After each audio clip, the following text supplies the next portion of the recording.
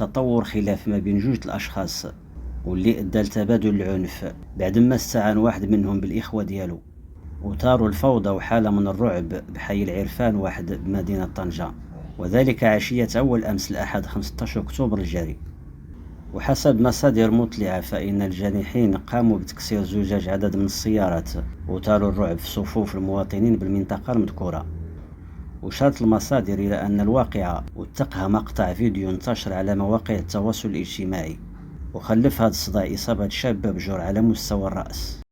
كما أكدت المصادر أن العناصر الأمنية قامت بالتدخل الحالي بلاغها بالأمر، وتم تحديد هوية الظاهرين بمقطع الفيديو، والآن كيجي البحث عليهم من أجل توقيفهم وتقديمهم للعدالة.